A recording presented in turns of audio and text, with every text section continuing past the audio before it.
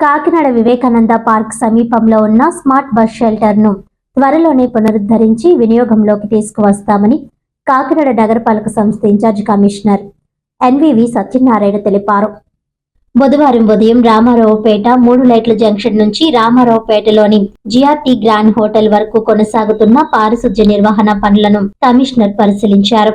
అనంతరం Vivekananda park walkers సభ్యుడు గ్రంథి బాబ్జీతో కలిసి వివేకానంద పార్క్ సమీపంలోని స్మార్ట్ బస్ షెల్టర్ సందర్శించారు. ఈ సందర్భంగా అక్కడ ఉన్న ప్రయాణికులతో మాట్లాడుతూ నిరుపయోగంగా ఉన్న ఈ స్మార్ట్ బస్ షెల్టర్ ను ప్రయాణికుల అవసరాలకు అనుగుణంగా అభివృద్ధి చేసి తిరిగి వినియోగంలోకి తీసుకురానున్నట్లు తెలిపారు. స్మార్ట్ సిటీ నిధులతో నిర్మించిన బస్ షెల్టర్లను పునరుద్ధరించి ప్రజలకు అందుబాటులోకి తీసుకురావడానికి నగరపాలక సంస్థ చర్యలు చేపడుతున్నట్లు తెలిపారు. అదే విధంగా ప్రభుత్వ ఆస్తులపై అనుమతి లేకుండా ప్రకటనలకు సంబంధించిన పోస్టర్లు, ఫ్లెక్స్లు ఏర్పాటు చేసిన వారిపై కఠిన చర్యలు తీసుకుంటామని కమిషనర్ హెచ్చరించారు. స్మార్ట్ సిటీ పరిధిలో ఉన్న బస్ షెల్టర్లపై అక్రమంగా ప్రకటనలు ఏర్పాటు చేసిన సంబంధిత యాజమాన్యాలపై చట్టపరమైన చర్యలు తీసుకోవడం జరుగుతుందని స్పష్టం చేశారు. నగర అభివృద్ధిలో భాగంగా ప్రజలకు మెరుగైన మౌలిక వసతులు, సౌకర్యాలు కల్పించడమే నగరపాలక సంస్థ ప్రధాన లక్ష్యమని ఆయన పేర్కొన్నారు. ఈ కార్యక్రమంలో అదనపు commissioner KT Sudhakar, health officer doctor Prithvi Charan, sanitation supervisor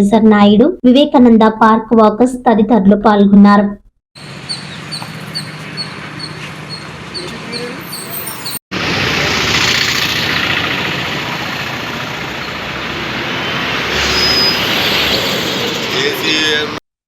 వార్తలోని ముఖ్యాంశాలు మరోసారి.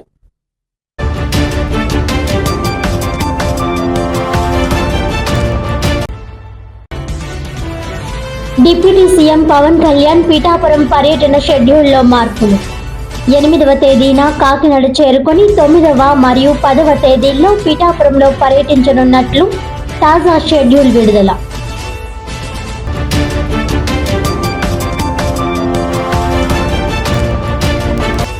కాకినాడ వివేకానంద పార్క్ సమీపంలో గల స్మార్ట్ బస్ షెల్టర్ను త్వరలోనే పునరుద్ధరిస్తాం. కాకినాడ నగరపాలక సంస్థ ఇన్ఛార్జ్ కమిషనర్ ఎన్వివి సత్యనారాయణ.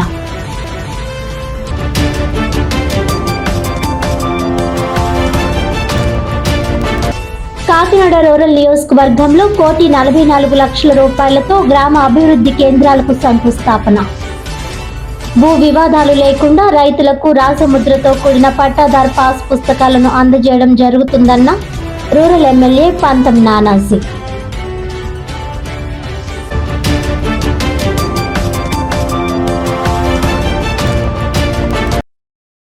ఈనాటి వార్తలు ఇంతటితో సమాప్తం. తిరిగి వచ్చే బులెటిన్లో మళ్ళీ కలుద్దాం. అంతవరకు సెలవు. నమస్కారం.